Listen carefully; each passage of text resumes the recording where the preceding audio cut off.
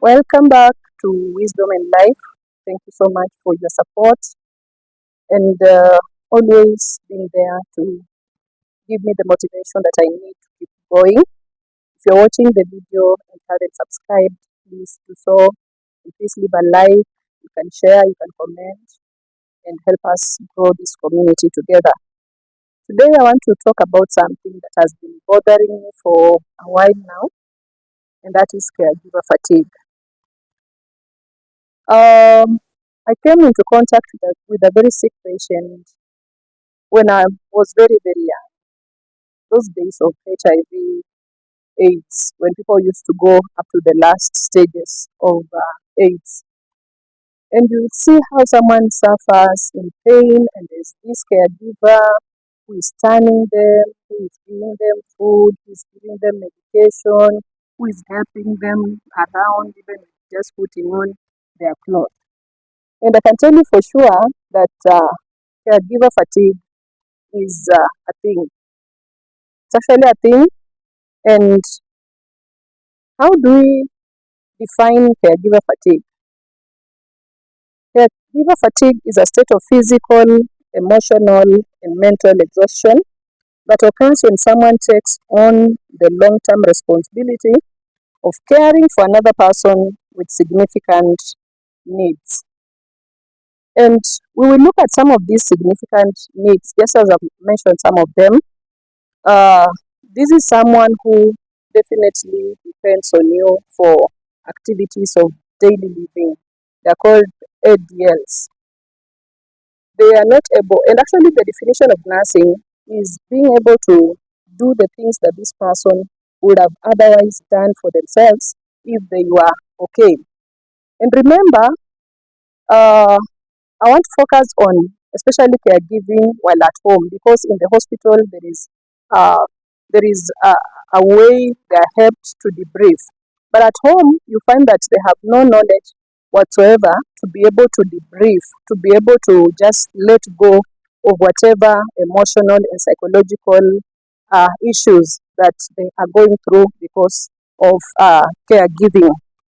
The things that are being done for this person who is a patient includes turning them, because they're not able to turn themselves in bed, so you have to literally turn them, and if you don't turn them, they'll get bed sores. Maybe in the next episodes, I'll be able to talk about what are some of these things that complications that come along with being bedridden.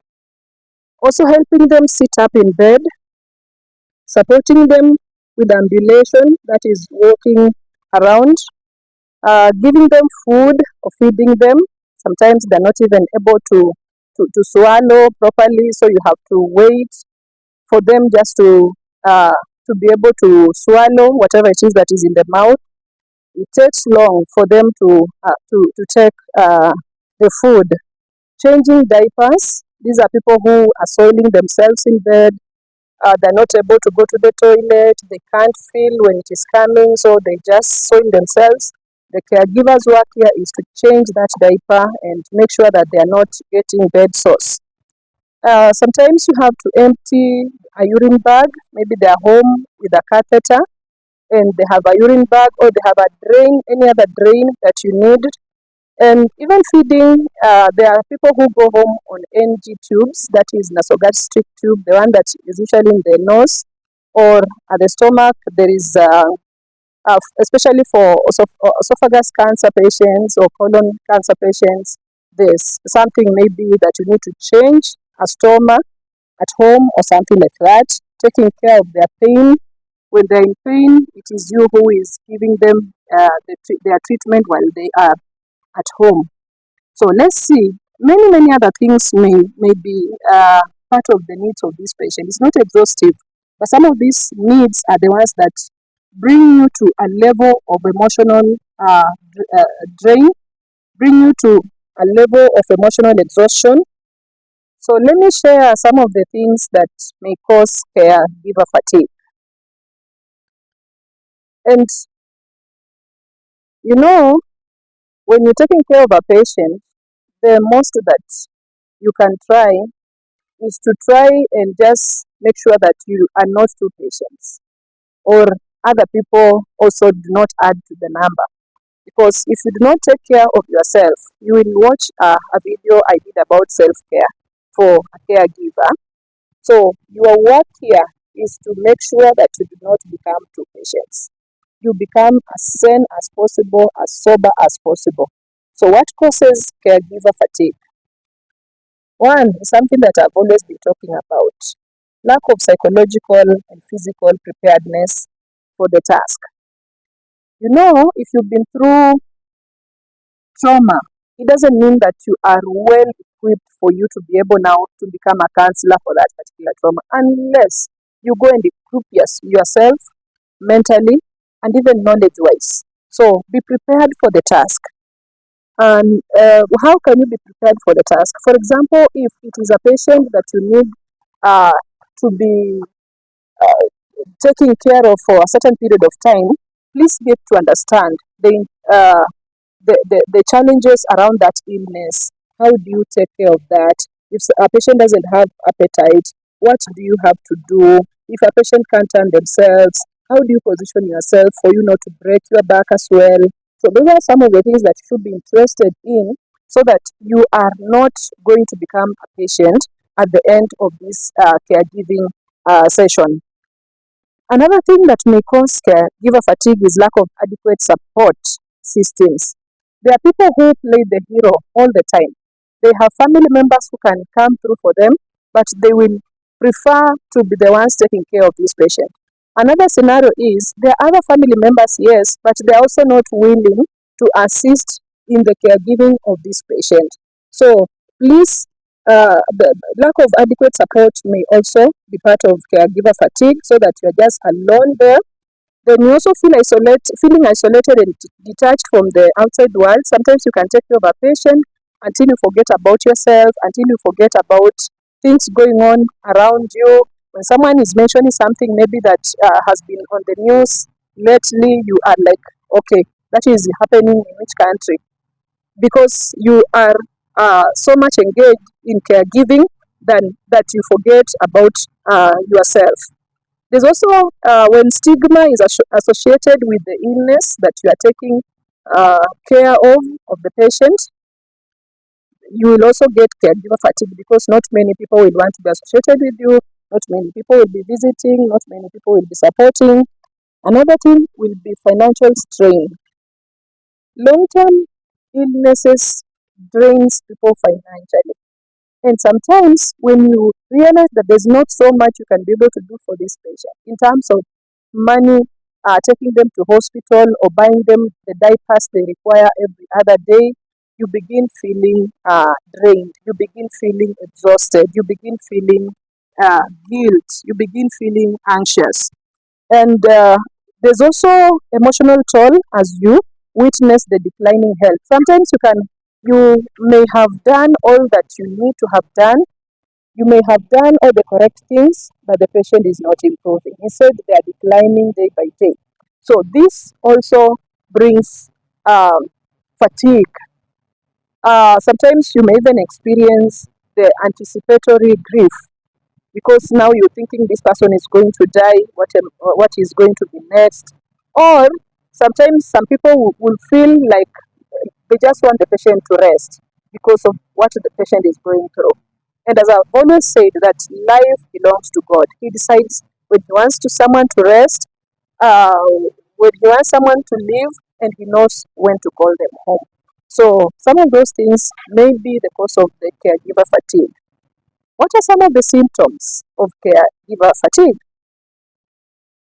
Physical exhaustion. Physically, you are always tired. Difficulty in sleeping.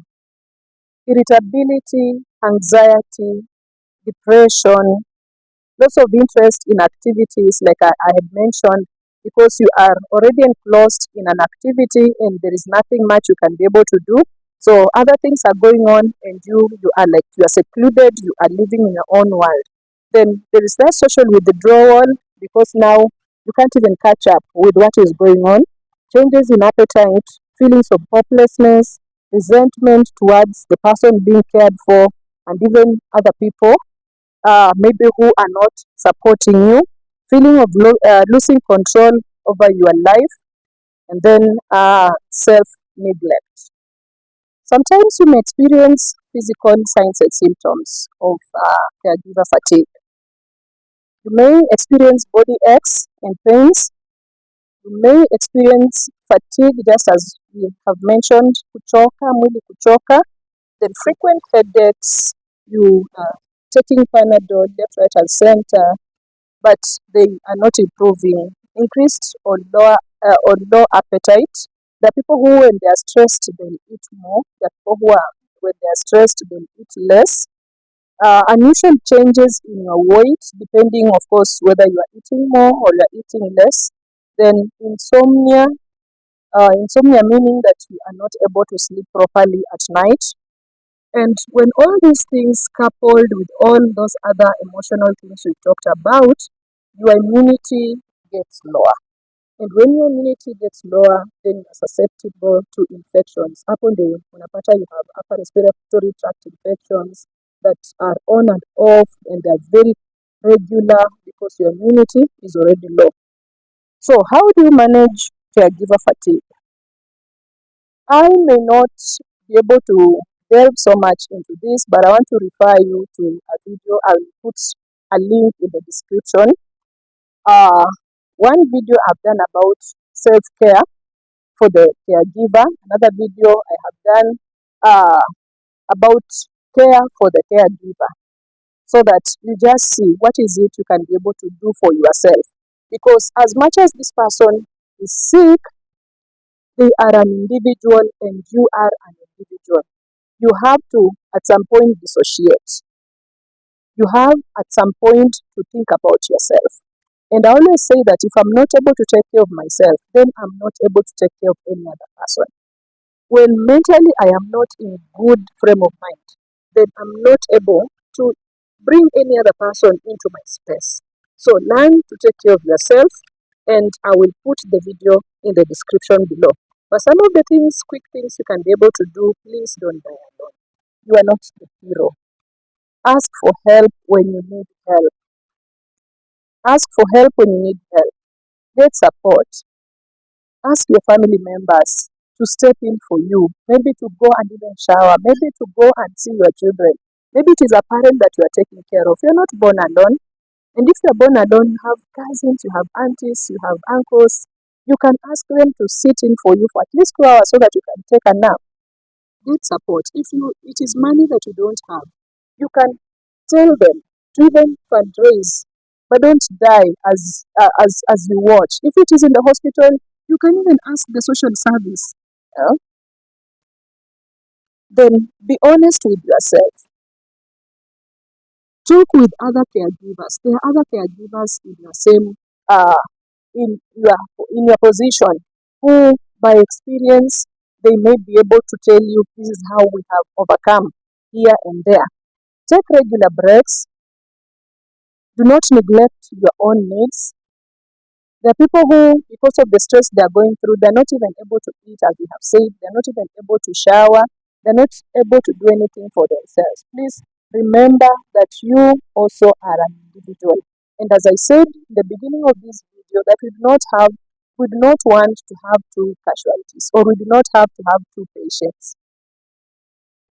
Take care of yourself so that you're able to take care of this other person. Please watch the video below in the description for you to understand the things that I am talking about. Thank you so much for watching. See you in the next video.